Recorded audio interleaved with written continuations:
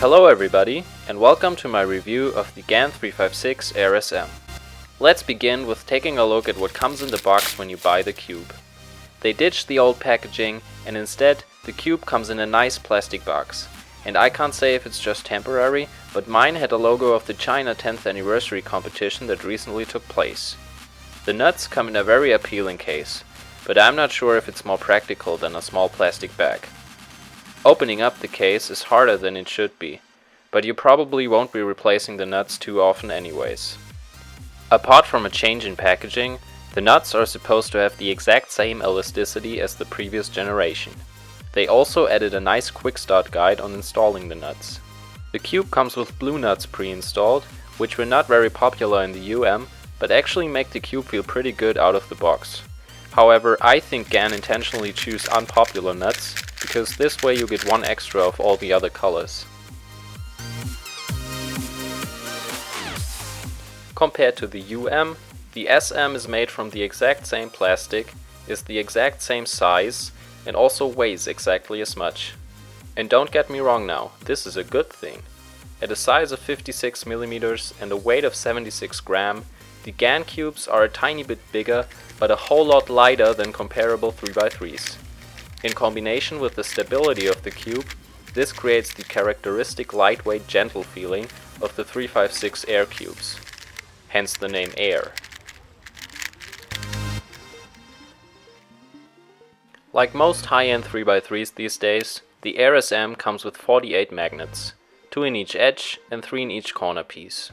However, this time GAN has taken a different approach at installing the magnets.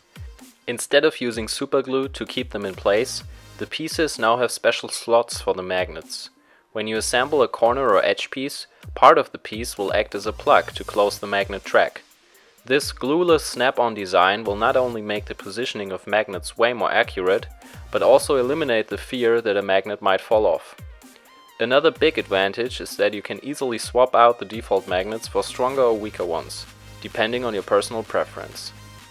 In my opinion, designs like this are the future of magnetic 3x3s. Maybe some companies will even start to incorporate glueless magnetic designs into their big cubes. Now let's finally take a look at the biggest difference between the SM and the UM. In fact, apart from small adjustments to the core and its production, the edge, corner and center pieces are exactly the same. Except for that one thing. The infamous honeycomb pattern. As you can see, the plastic surface of the pieces is shaped in a hexagonal pattern that resembles honeycombs. GAN advertises this to help spread loop more equally and let it remain on the cube for longer. In my personal experience, this seems to hold true. Also, I'm not sure if it's due to the special pattern or if they just used weaker magnets, but the cube feels way less bumpy than the UM. Finally, I will talk about the overall performance of the cube and give a quick buying recommendation. Like the UM, the SM is advertised to have 30° reverse and 55° positive corner cutting, and that seems about right to me. Anyways, corner cutting has come to a point where you don't really need to talk about it in a review. All good 3x3s have close to perfect corner cutting these days, and the SM being advertised to have just as much as the UM only further proves my point. Pops and corner twists are also a thing of the past, especially with the SM, which not only has torpedoes in the edge pieces to prevent pops, but also uses a special anti-corner twist design. The cube turns smoother and feels less bumpy than its predecessor. I also don't experience as many lockups or catches as I did with the UM. Whether you prefer this cube over any other top tier 3x3 is of course personal preference.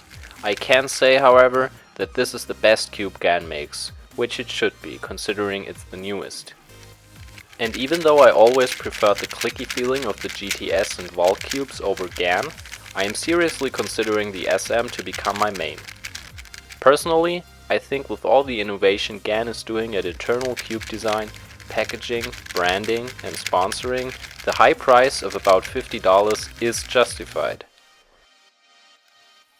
Now if you want to get a GAN 356 RSM yourself, check out the description of this video and don't forget to subscribe or leave a like if you enjoyed this review.